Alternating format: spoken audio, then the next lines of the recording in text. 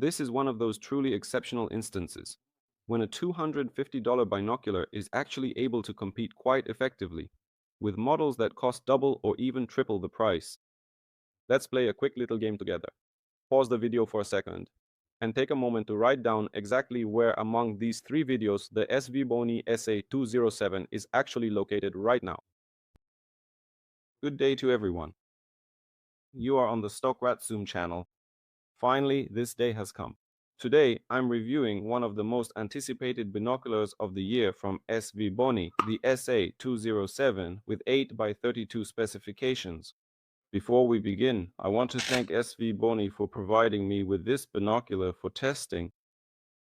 They also provided a discount promo code for my viewers when purchasing on Amazon.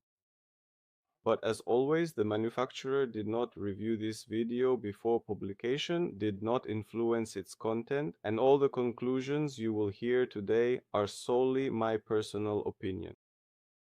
To be honest, I was really interested in testing this particular model.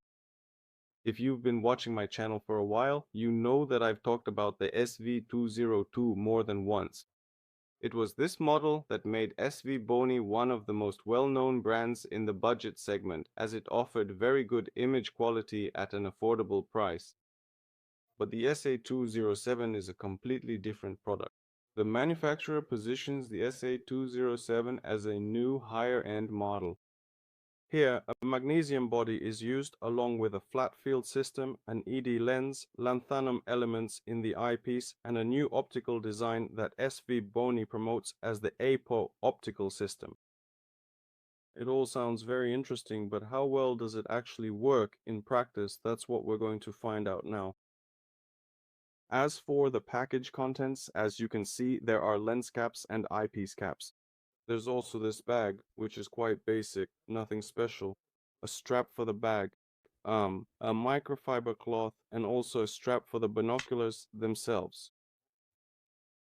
On the inside, it has some kind of rubberized lining. I can't say anything good or bad about it. It's just a simple budget strap. However, I wouldn't consider this a serious drawback. Personally, I will always prefer that a manufacturer invests money in quality optics rather than an expensive case or attractive packaging. And it seems that this is exactly the path Svbony has chosen. The first thing you notice when you pick up the SA207 is its seemingly high-quality build. The body is made of magnesium alloy and it weighs only 557 grams. So the binoculars are lightweight, well-balanced, and comfortable to use even for extended periods. In my opinion, the rubber coating is quite high quality. I have no complaints about it whatsoever. It doesn't emit any unpleasant odor. The design has also changed somewhat. Compared to the SV202, the new model looks more modern and expensive. The focusing wheel is made of metal, it's quite large and has a good knurled texture, so it's convenient to use even with gloves on. The movement is smooth, with no noticeable play. I want to draw special attention to the eye cups. Here, they don't have the usual fixed intermediate positions. Instead, stepless adjustment is used. That is, you can smoothly extend them to the exact height you need or adjust them slightly by turning. To be perfectly honest, it's quite difficult for me to express exactly how much I appreciate this specific feature, especially since I don't wear glasses myself. Because of that, I always make sure to adjust these adjustable eye cups all the way out to their maximum highest possible position for my comfort. When I look through the binoculars, there's almost no blackout, but for those spectacle-wearing people who do wear glasses, it will probably be quite convenient that they can manually adjust the specific height of the eye cups to whatever level feels most comfortable and natural for them. I also want to mention there was one nuance. When I removed this rain cover for the first time, this rubber coating also came off. Looking at this eyepiece, there are protrusions here and there are indentations. So, looking closely at this specific protective rubber coating, it clearly wasn't originally supposed to be glued down in this spot. But when you actually try to put it on like this, you'll notice it rotates and shifts around quite a bit. Furthermore, you can also easily remove this entire rain cover by carefully taking it off the frame. In my honest opinion, I really feel that this rubber coating could have been fixed and secured in a much better, more professional way than what we see here. Of course, the binoculars are completely sealed, filled with nitrogen, and have IPX7 protection. For a model of this class, that's already standard, so I won't dwell on it in detail. Of course, this model features multi-layer coating, phase correction on the prisms, and a dielectric coating. I also want to mention another big advantage of this model. It has a long eye relief of 19 millimeters.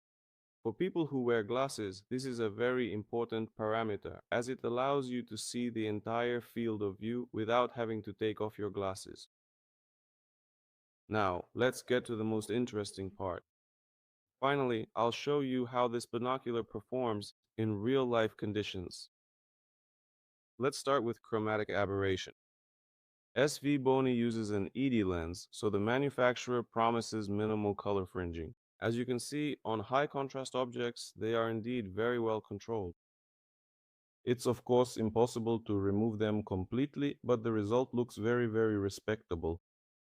That is, chromatic aberration is noticeable only at the very edge of the field of view.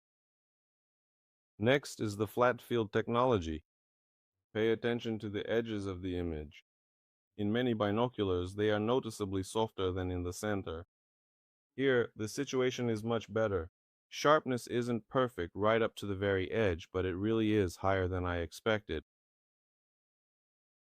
Another feature of this model is the use of lanthanum oxide in the eyepiece.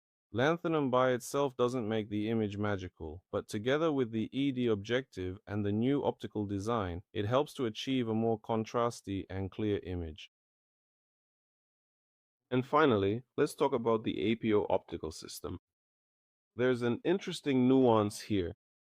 On the Japanese Svbony website, this system is actually called semi-APO, whereas on the international site, it's referred to as the APO optical system. We're not talking about a classic apochromatic lens, but about the entire optical system, where glass, lanthanum elements, and the flat field system work together to minimize chromatic aberration as much as possible.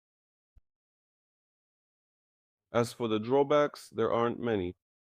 The package is quite basic, just a case and a strap, nothing special. I also found that I didn't really like the fact that whenever you carefully remove the protective cap from the eyepiece, the soft rubber coating tends to shift around quite easily. In my opinion, the manufacturer should have considered a more secure fixation.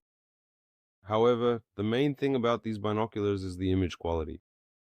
That is what impressed me the most. The image is very sharp, high in contrast, with excellent color reproduction and superb chromatic aberration control. At a price of around $250, in my opinion, Svbony sets a very high bar in its price segment. In terms of image quality, it can easily compete even with some more expensive models. This binocular is definitely worth your attention. If you're planning to make a purchase, I'll leave a link to Amazon and a promo code from Svbony in the description below the video, which will help you save a bit.